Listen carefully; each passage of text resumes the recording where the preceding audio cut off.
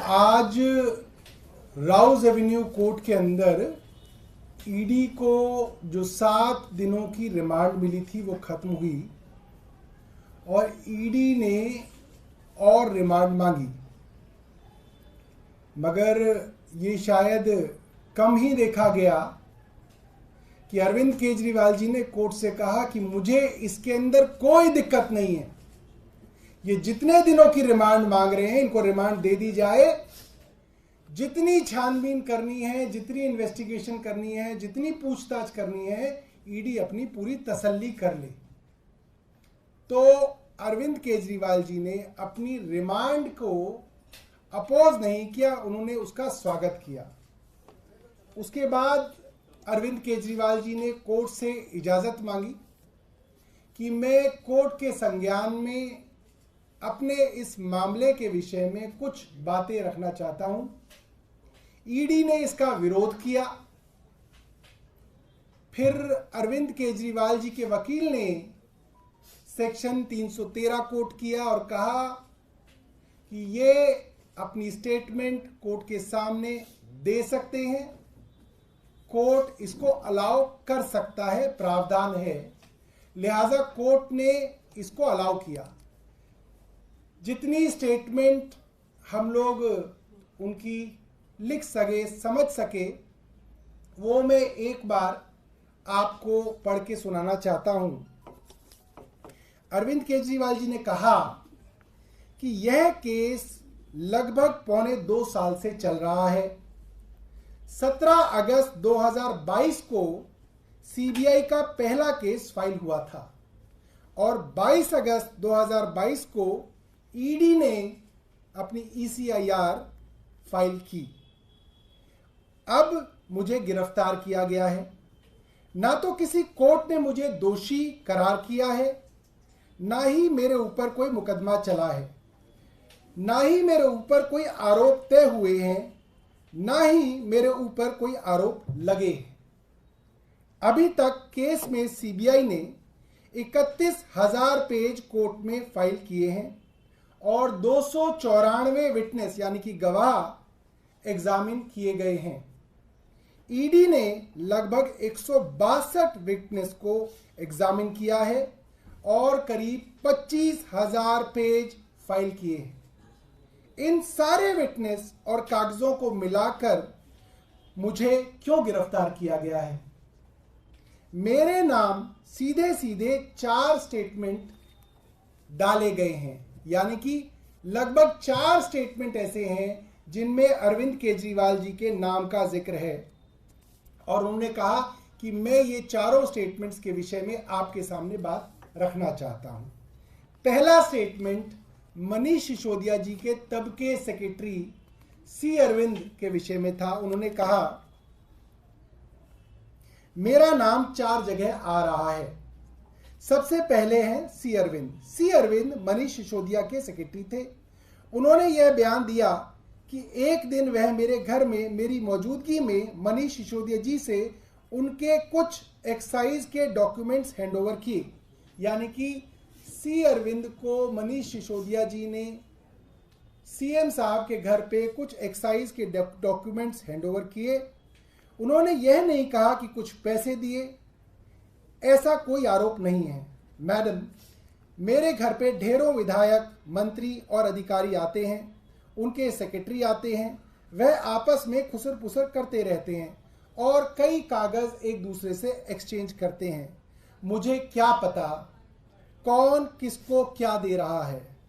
क्या यह बयान एक मौजूदा मुख्यमंत्री को गिरफ्तार करने के लिए काफी है? उन्होंने कोर्ट के सामने अपना यह सवाल रखा।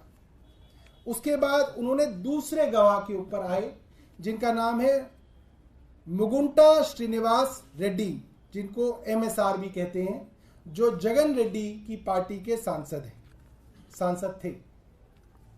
एमएसआर एक दिन 16 मार्च 2021 को 4:30 बजे उनके दफ्तर में आए। इससे पहले उन्होंने 10 दिन पहले अरविंद केजरीवाल जी को चिट्ठी लिखी कि मैं एक सांसद हूं, मुख्यमंत्री से मिलना चाहता हूं। अरविंद जी कह रहे हैं मेरे ऑफिस में उन्हें 10 दिन बाद मिलने का समय दे दिया गया। वह 4:30 बजे मेरे पास मिलने के लिए आए। मैं किसी वजह से जल्दी में था तो उन्होंने मेरे से कहा कि मुझे दिल्ली में अपना फैमिली चैरिटेबल ट्रस्ट खोलना है, उसके लिए मुझे ज़मीन चाहिए। हमने कहा कि ज़मीन हमारे अंडर नहीं आती, एलजी साहब के अंडर आती है। आप चिट्ठी दे दीजिए, मैं एलजी साहब को फॉरवर्ड कर दूंगा, यानी कि पहुंचवा दूंगा। 16 सितंबर 2022 को उनके घर पे रेड पड़ी। उनसे पूछा जाता है कि क्या आप अरविंद केजरीवाल जी से मिले। उन्होंने कहा कि जी हाँ, मैं मिला और मैंने अरविंद केजरीवाल जी से अपनी फैमिली के ट्रस्ट के लिए ज़मीन मांगने की बात कही थी। 16 सितंबर, ये जो स्टेटमेंट है ये 16 सितंबर 2022 को सेक्शन 17 में ली गई थी। ये एक पीएमएलए का सेक्शन है। 5 महीने बाद यानी कि 10 फरवरी को उनके बेटे को गिरफ्तार कर लिया जाता है। मुगुंटा रेड्डी के बेटे को गिरफ्तार किया जाता है। उसके बावजूद वह अपने पुराने स्टेटमेंट पे कायम रहते हैं। जब 5 महीने तक उनका बेटा गिरफ्तार रहता है तो बाप टूट जाता है। 16 जुलाई को उसके पिता अपना स्टेटमेंट बदल लेते हैं, यानी कि राघव के पिता मुगुंटा रेड्डी अपना स्टेटमेंट बदल लेते हैं। बीच में ईडी के लॉयर ने फिर से अरविंद केजरीवाल जी को रोकने की कोशिश की, हल्ला गुल्ला हुआ। अरविंद केजरीवाल जी ने कहा, राजू जी मैं आपका आशीर्वाद चाहता हूं, mister Raju I need your blessings, please मुझे बोलने दीजिए।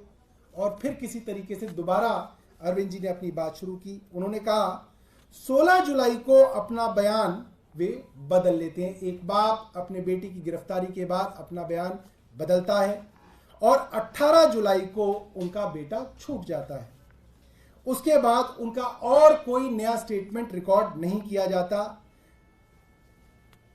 जो बयान बार बार हो रहे थे उनमें कोई भी बयान अरविंद केजरीवाल जी के खिलाफ नहीं था, इसलिए बार बार नए बयान लिए गए। और जैसे ही अरविंद केजरीवाल जी के खिलाफ बयान दे दिया गया, फिर कोई और बयान की जरूरत ईडी को नहीं थी। बाकी सारे बयान जो है कूड़े के कचरे के डब्बे में, और इस बयान को ईडी जो है कोर्ट के सामने पेश करता। उसके बाद और कोई स्टेटमेंट नहीं लिया जाता। बयान पे बयान हो रहे थे, पर जब तक वो मेरे साथ मेरी मदद के बयान दे रहे थे जिसमें मेरे खिलाफ कुछ नहीं था, तब तक ईडी को उस पर एतराज था। और जैसे ही वह मेरे खिलाफ बयान देते हैं उनका बेटा छूट जाता है और उनके और बयान लेने बंद हो जाते हैं। और 3 अक्टूबर को उनका माफीनामा हो जाता है, यानी कि वो सरकारी गवाह अप्रूवर बन जाते हैं। ईडी और केंद्र सरकार का मिशन कामयाब हो जाता है। अब तक मैंने 2 गवाहों के विषय में बताया, अब मैं तीसरे गवाह पे आता हूं। फिर अरविंद जी ने कहा इनका मकसद साफ है, ईडी का मकसद साफ है, वो केवल और केवल मुझे फंसाना चाहते थे। सेक्शन 50 में 3 स्टेटमेंट हैं, तीनों बराबर हैं। उनमें से एक स्टेटमेंट को कैसे तवज्जो दी जा सकती है? Each statement carries equal gravity. क्या जांच की गई है और इनमें से एक सही है बाकी गलत है? इस निर्णय पे ईडी कैसे पहुंची? इस निर्णय पे कोर्ट कैसे पहुंचेगा कि अगर 3 स्टेटमेंट सेक्शन 50 में ईडी ने एक ही आदमी से ली है, वो अलग अलग हैं, तो एक ईडी को उठा ले उस स्टेटमेंट को और वो कोर्ट में दे दे कि साहब ये स्टेटमेंट सही है क्योंकि ये अरविंद केजरीवाल के खिलाफ है, ये 2 स्टेटमेंट अरविंद जी के साथ है इसलिए ये खारिज है। इसकी जांच कोर्ट कब करेगा, कैसे करेगा? अरविंद जी ने ये सब सिर्फ उन चीजों को लगाया गया है। बाकी 2 स्टेटमेंट जो अरविंद केजरीवाल के खिलाफ नहीं है, उन 25,000 पेजों में से वो पेज हटा लिए गए हैं। आखिर ऐसा क्यों है? यह तो गलत है। कोर्ट के सामने तीनों स्टेटमेंट लाए जाने चाहिए ताकि कोर्ट इस चीज को डिसाइड करे कि कौन सा स्टेटमेंट कोर्ट माने और कौन सा स्टेटमेंट कोर्ट ना माने। इसके बाद अरविंद केजरीवाल जी तीसरे गवाह की तरफ बढ़ते हैं जो मुगुंटा रेड्डी के बेटे हैं, राघव रेड्डी, जिनका जिक्र मैंने किया कि उनको 5 महीने तक गिरफ्तार किया। तो अरविंद केजरीवाल जी ने कहा तीसरा स्टेटमेंट उनके बेटे का है। राघव मुगुंटा से 16 सितंबर को राघव मुगुंटा के यहां 16 सितंबर को रेड होती है और उनका बयान लिया जाता है। उनका बयान अपने पिता की बयान की तरह ही होता है, जिसमें वो अरविंद केजरीवाल जी के खिलाफ कोई बात नहीं कहते। 10 फरवरी को उनको गिरफ्तार कर लिया जाता है, यानी कि राघव रेड्डी को। उसके बाद उसके 5 बयान लिए जाते हैं। उनमें वह वही बोलता है जो उसने पहले बोला होता है, यानी कि वो अरविंद केजरीवाल के खिलाफ उनको इंडाइट करने का कोई बयान नहीं देता है। 5 महीने तक उसको जेल में रखा जाता है। आप समझ सकते हैं, एक मेंबर ऑफ पार्लियामेंट और एक बड़े बाप के बेटे को, एक करोड़पति अरबपति आदमी के बेटे को 5 महीने तक तिहाड़ में सड़ाया जाता है, मगर वो अपने बयान पे कायम रहता है। उसके बाद 16 जुलाई को जब उसके पिता अपना बयान बदलते हैं अपने बेटी की जेल के कारण, तो 18 जुलाई को उस बेटे की जेल से जमानत हो जाती है। उसके जो 7 बयान हुए उसमें से 6 बयान अरविंद केजरीवाल के खिलाफ नहीं है।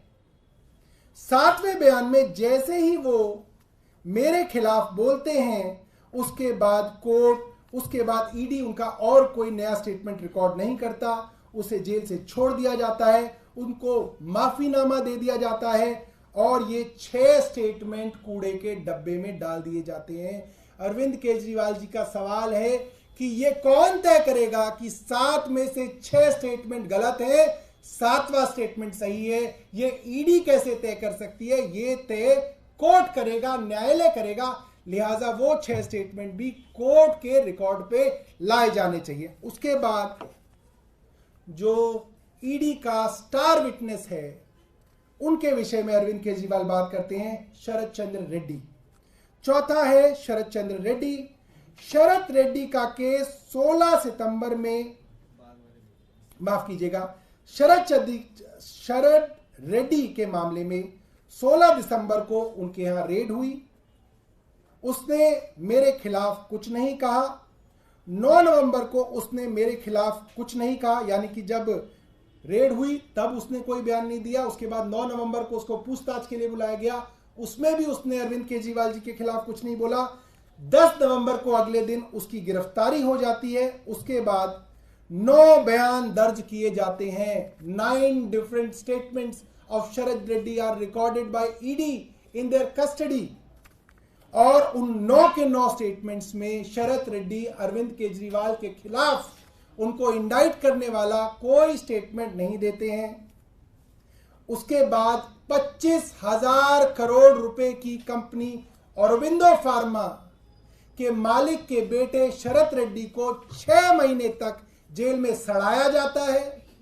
एक बाप टूटता है और उसके बाद देखिए क्या होता है। उसके बाद 6 महीने गिरफ्तार रहने के बाद 25 अप्रैल को वह भी टूट जाता है और वह केवल इतना कहता है कि मैं विजय नायर के साथ सीएम साहब के पास गया था, सीएम साहब जल्दी में थे, तो सीएम साहब ने कहा कि विजय के टच में रहो, विजय अच्छा लड़का है। सिर्फ इतना बयान है। 6 महीने सड़ाने के बाद 25,000 करोड़ की कंपनी के मालिक के बेटे का यह बयान है। मैं केवल, अब अरविंद जी ने कहा, मैं केवल यह जानना चाहता हूं कि ये 4 स्टेटमेंट क्या एक मौजूदा मुख्यमंत्री को गिरफ्तार करने के लिए पर्याप्त हैं? Can you use these 4 statements to arrest a sitting chief minister? Can you just arrest a chief minister on the basis of these statements? Arvind ji ने फिर कहा, 2 नवंबर को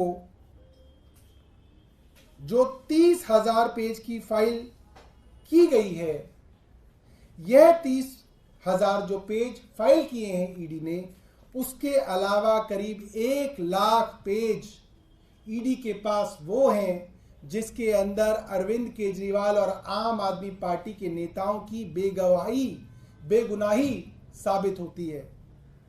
उन पेजों को कोर्ट के रिकॉर्ड में क्यों नहीं लाया जा रहा, यह अरविंद जी ने कोर्ट से पूछा। कोर्ट ने कोई जवाब उस समय नहीं दिया। उसके बाद उन्होंने कहा, ये जो शराब घोटाला है ये आखिर क्या है?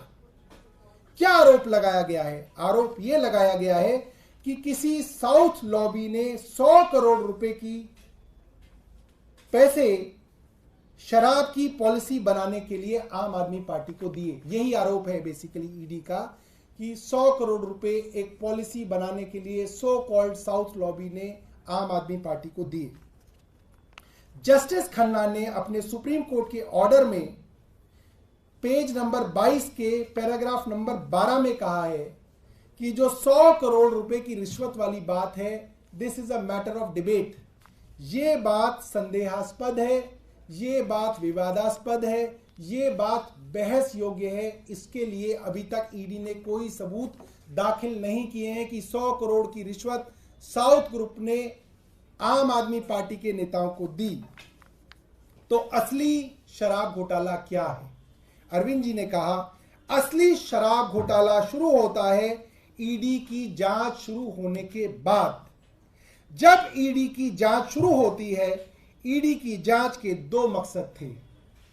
पहला मकसद है आम आदमी पार्टी को क्रश करना, आम आदमी पार्टी को भ्रष्टाचारी साबित करना, खुद ये बात फैलाना कि आम आदमी पार्टी ने शराब घोटाला किया है। यह ईडी का पहला मकसद है। ईडी का दूसरा मकसद है एक्सटॉर्शन रैकेट चलाना, और मैं इसके सबूत अदालत के सामने पेश कर रहा हूं।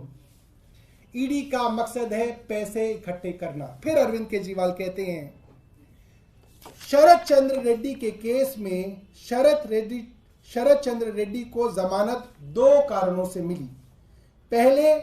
सबसे पहले शरद रेड्डी ने मेरे खिलाफ दिया बयान। सबसे पहले शरद चंद्र रेड्डी ने उनके खिलाफ बयान दिया। शरद रेड्डी ने गिरफ्तार होने के बाद 55 करोड़ रुपए का चंदा भारतीय जनता पार्टी को दिया। गिरफ्तार होने के बाद 55 करोड़ रुपए के बॉन्ड शरद रेड्डी ने खरीदे। उसके बाद उसे जमानत मिली। इससे मनी ट्रेल साबित होता है। गिरफ्तार होने के बाद उसने 55 करोड़ का चंदा भारतीय जनता पार्टी को दिया। भाजपा के अकाउंट में यह पैसा सीधे तौर पे गया। इससे मनी ट्रेल साबित होती है। यह पूरी जांच का मकसद था कि एक तरफ आम आदमी पार्टी को क्रश करना, एक स्मोक स्क्रीन क्रिएट करना, आम आदमी पार्टी को भ्रष्टाचारी साबित करना, और इस स्मोक स्क्रीन के पीछे एक्सटॉर्शन, पैसे की वसूली करना, जो कि शरद चंद्र रेड्डी की कंपनी औरोबिंदो फार्मा और उसकी सब्सिडरी, जिन्होंने 55 करोड़ रुपए के इलेक्टोरल बॉन्ड खरीद के भारतीय जनता पार्टी को दिए और उनको जमानत मिली और उनको सरकारी गवाह बनाया, इस चीज से साबित होता है। अब इसके बाद अरविंद केजरीवाल जी के वकील ने अदालत से कहा और अदालत से पूछा कि जब इसी मामले में 55 करोड़ रुपए की मनी ट्रेल के सबूत हम दे रहे हैं, तो क्या ईडी इसकी जांच करेगी? उसके बाद वकील साहब ने पूछा कि क्या कोर्ट ईडी को यह डायरेक्शन देगी कि ईडी इस 55 करोड़ की मनी ट्रेल की जांच करे? वकील साहब ने कहा, there is a concept of court monitored probe. क्या कोर्ट इसकी मॉनिटरिंग करेगा कि ईडी 55 करोड़ रुपए की जांच करे? यह बात कोर्ट के संज्ञान में लाई गई है।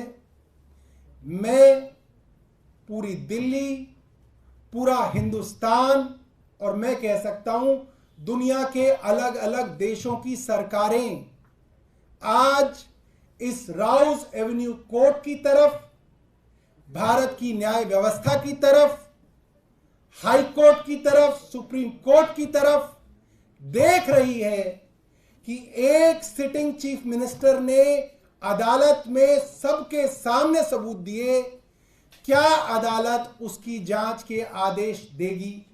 ये हम देखेंगे और पूरा हिंदुस्तान और पूरा संसार आज इस चीज को देखने के लिए व्याकुल है। बहुत बहुत धन्यवाद। अगर आपके पास कोई प्रश्न हो तो पूछ सकते हैं। आज रिमांड पे फिर रिलीज दिया गया है और एलजी के भी बयान आ रहे हैं कि वो देखते हैं कि जेल से कैसे सरकार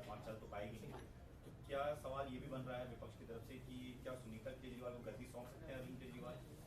देखिए, अरविंद केजरीवाल जी के खिलाफ आज हाईकोर्ट के अंदर एक पीआईएल दायर हुई। हाईकोर्ट के एक्टिंग चीफ जस्टिस की बेंच ने उस पीआईएल को सुना। उस पीआईएल में कहा गया क्योंकि मुख्यमंत्री हिरासत में हैं, लिहाजा किसी और को या तो मुख्यमंत्री बनाया जाए या राष्ट्रपति शासन लगाया जाए, या लिहाजा जो भी भारतीय जनता पार्टी के प्रवक्ता रोज टीवी पे कहते हैं, वो सारी दलीलें उस पिटीशन के अंदर हाई कोर्ट के सामने रखी गई। हाई कोर्ट ने कहा कि आप मुझे संविधान के अंदर वो आर्टिकल दिखाइए, कानून की वो धारा दिखाइए जो ये कहती हो कि मुख्यमंत्री अगर हिरासत में हो तो वो मुख्यमंत्री नहीं रह सकते। ये बात हाईकोर्ट ने उनसे कई बार पूछी। वो और भारतीय जनता पार्टी के जो टीवी विशेषज्ञ हैं, उनमें से कोई आदमी ऐसी धारा कोर्ट को नहीं बता सका। अगर आज भी बता सकता है तो वो ट्वीट कर दें। उसके बाद कोर्ट ने कहा, जब आपके पास कोई कॉन्स्टिट्यूशनल प्रोविजन ही नहीं है, आपकी इन दलीलों के पीछे कोई कानून है ही नहीं, लिहाजा आपकी इस पीआईएल को डिसमिस किया जाता है, बर्खास्त किया जाता है। और इसी पीआईएल के साथ भारतीय जनता पार्टी और एलजी साहब की सारी बातों को हम बर्खास्त करते हैं, खारिज करते हैं। सर, एक और खबर आ रही है कि जो प्रफुल्ल पटेल का मामला था, सीबीआई ने वो क्लोज कर दिया है। 2017 का एक मामला था। अब देखिए, मेरे को इसकी जानकारी सर, नहीं आपने जो पीसी की शुरुआत की वो इस बात की कि सीएम ने अपनी कस्टडी का विरोध नहीं किया, उन्होंने बोला जितना दिन चाहे जी। उतना दे दीजिए। दूसरी तरफ उनकी हेल्थ का इशू आ रहा है, कल भी उठाया गया था, उनकी हालत स्वास्थ्य बिल्कुल ठीक नहीं है। आज मुख्यमंत्री जी की पत्नी, हाँ पूछी। तो मैं वही जानना चाह रहा था कि क्यों फिर ऐसी स्थिति में सीएम जो है वो कस्टडी में जाना चाहते हैं? देखिए, सीएम ने कुछ बातें पिछले कुछ महीनों में कही थी। सीएम ने कहा था कि इनको मेरे से और मेरे बयानों से कोई लेना देना नहीं है, इनको सिर्फ मुझे गिरफ्तार करना है। वो बात साबित हो गई।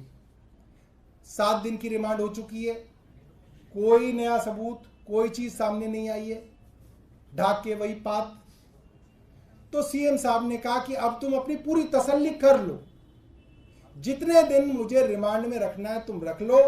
जज साहब को कहा कि आप जितना दिन ये मांगे इनको दे दीजिए, मुझे इसमें कोई आपत्ति नहीं है, मैं जांच में पूरी तरह से सहयोग कर रहा हूं, मैं रिमांड में रहने के लिए तैयार हूं। तो ये बात उन्होंने कही और वही बात उन्होंने की। दूसरी बात उन्होंने कही थी कि जेल में इसलिए भेजना चाहते हैं क्योंकि पीछे से पार्टी तोड़ना चाहते हैं, सरकार गिराना चाहते हैं। आपने देख ही लिया कि अरविंद केजरीवाल जी अभी 21 तारीख को जेल गए हैं। हमारे एमएलएज और एमपीज को पैसों के फोन आने शुरू हो गए हैं, हमारे एमएलएज और एमपीज को तोड़ना शुरू कर दिया है। एलजी साहब जो है वो परेशान है कि कैसे राष्ट्रपति शासन लागू हो जाए।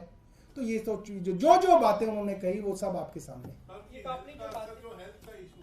हेल्थ के इशू में मेरी मुख्यमंत्री जी की पत्नी से बात हुई और सामान्य तौर पे डायबिटीज के अंदर अगर किसी मरीज की शुगर 60-70 से डाउन हो जाती है तो वो फेंट हो जाता है।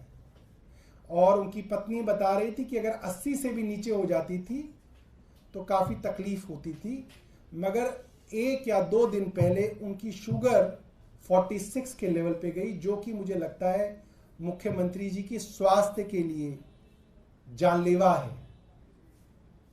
बहुत ज़्यादा जो है इसको कहा जा सकता है फेटल ये हो सकता है, और उसकी वजह से उनको काफ़ी उनकी चिंता थी। और कुछ पत्रकारों ने उनसे पूछा तो उन्होंने ये बात कही भी है।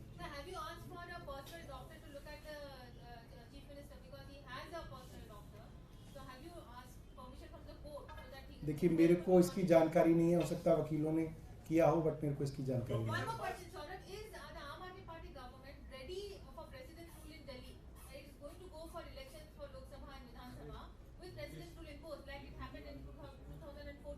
The Delhi voted for Arvind Kejriwal for its chief minister.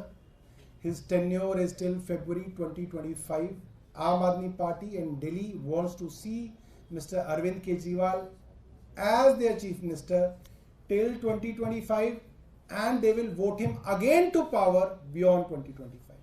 एक मामला आया था जो एनसीसीए से गया था, जो आपने डिमांड भी की थी उपराज्यपाल को पत्र देकर, जो बीआरएस मेडिकल कॉलेज के प्रिंसिपल को हटाने की बात थी। एलजी की तरफ से एक नोट आया और उसमें सीएम पे आरोप लगाया गया कि वो 14 दिन तक फाइल रख के बैठे रहे, एनसीसीएस में मामला नहीं किया, मेंबर सेक्रेटरी ने रिमाइंड करा, फिर भी उन्होंने नहीं भेजा। हालांकि ये आपने मुझसे पूछा है, मैं अपनी याददाश्त के हिसाब से थोड़ा बहुत इसके बारे में बता दूं।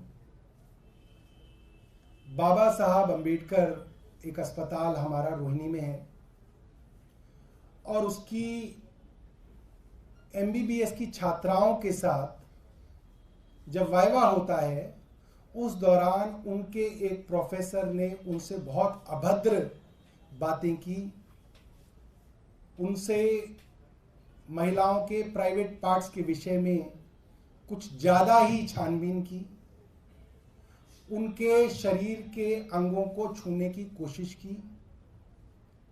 और ये मामला मुझे लगता है जब हुआ, डेट मुझे बहुत अच्छे से ध्यान नहीं, शायद फरवरी के अंत की बात है, फरवरी का आखिरी दिन था। तो ये मामला अगले दिन उन्होंने रात को ही अपने एक प्रोफेसर को बताया, प्रोफेसर धनखड़, उनके वो एक चीफ वार्डन भी हैं। प्रोफेसर धनखड़ ने उनको कहा कि आप प्रिंसिपल को कंप्लेंट कीजिए। उन्होंने अगले दिन 1 मार्च 2024 को अपने प्रिंसिपल को कंप्लेंट की और उन लड़कियों को उम्मीद लगी कि प्रिंसिपल साहब इस पर कार्रवाई करेंगे। इंटरनल कंप्लेंट्स कमेटी को यह मामला दे दिया गया। लड़कियां बार बार प्रिंसिपल साहब से पूछती रही क्या हुआ क्या हुआ, उनको कोई ठोस कदम और ठोस जवाब नहीं दिया गया। उनके ऊपर दबाव बनाया गया प्रिंसिपल और उनकी एक हेड ऑफ डिपार्टमेंट ने कि आप अपनी कंप्लेंट वापस ले लो। ये मेडिकल की छात्राओं के साथ हो रहा है दिल्ली में। उसके बाद थक हार के 22 मार्च 2024 को, उसी साल 24 की ही बात है सारी, उन्होंने पुलिस के अंदर 2 एफआईआर दर्ज कराई, क्योंकि 2 लड़कियों के साथ ये अलग अलग मामला हुआ। उन दोनों लड़कियों ने एफआईआर दर्ज कराई और मुझे लगता है कि अब मार्च चल रहा है, मार्च में जिस दिन मैंने सीएस को चिट्ठी लिखी, उसी दिन सोशल मीडिया से ये बात मेरे संज्ञान में आई कि ऐसा ऐसा मामला हुआ। मैंने उन लड़कियों को बुलवाने की कोशिश की, कहा गया कि वो नहीं भेज सकते। मैंने थोड़ा उनके ऊपर जोर लगाया तो वो लड़कियां अपनी वार्डन और अपनी 2 और सीनियर्स के साथ मिलने आई। उन्होंने पूरी बात मुझे बताई। मुझे उनकी बात सुन के लगा कि वो लड़कियां सच कह रही हैं। मैंने प्रिंसिपल से बात की।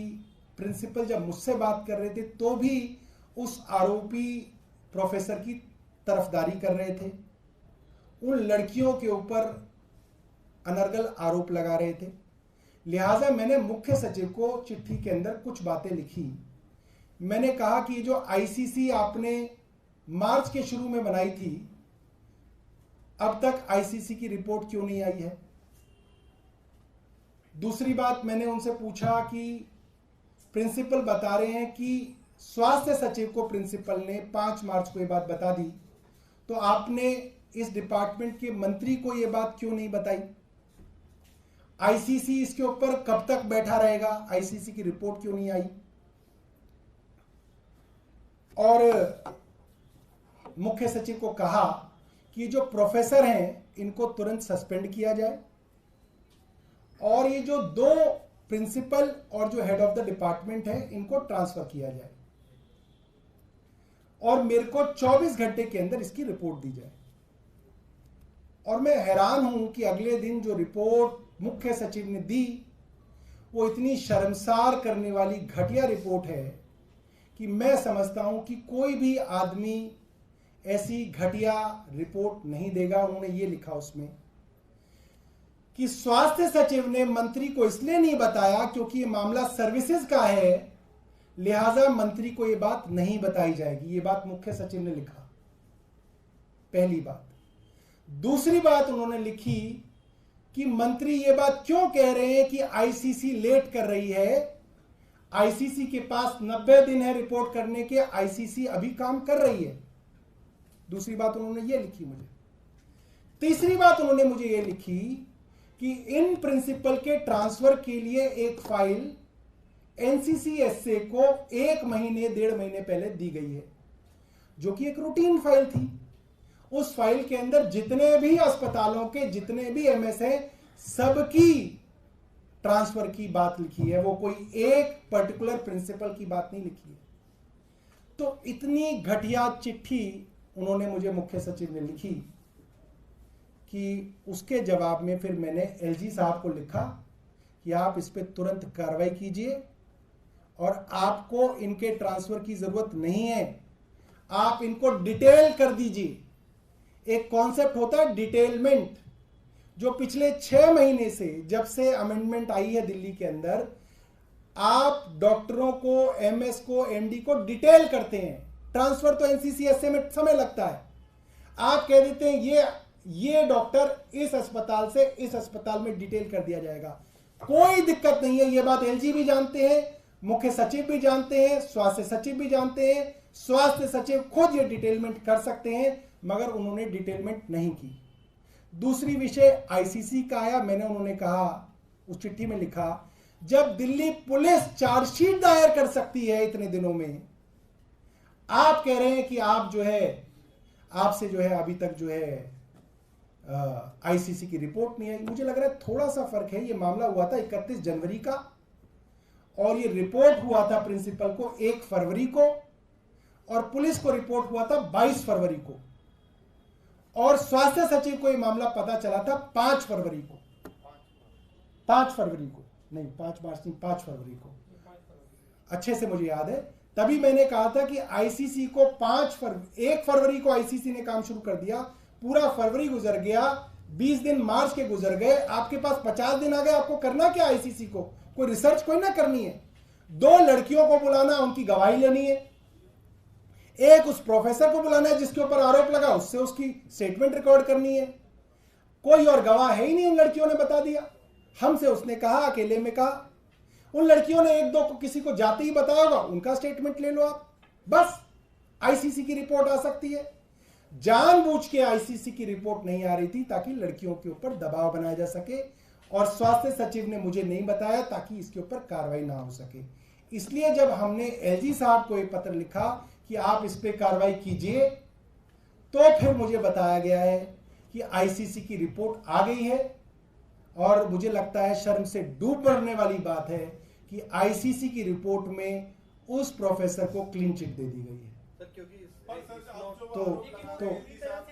तो मैं तो हैरान हूं कि आप किस न्याय व्यवस्था की बात कर रहे हैं, आप किस सर्विसेज डिपार्टमेंट की बात कर रहे हैं। मेरी सरकार के गवर्नमेंट कॉलेज में मेरी घर की, मेरी बच्चियों के साथ इस तरीके की घटिया हरकत हो रही है, मेरे को बताया नहीं जा रहा, मैं पूछ रहा हूं तो आप कह रहे हैं कि जी आपका तो कोई लेना देना ही नहीं है।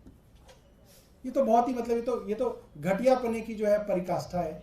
तो मैं एलजी साहब को ये बताना चाहता हूं, आप डिटेल कर सकते हैं, उनको डिटेल कर दीजिए। लेकिन उनका कहना है कि एनसीसी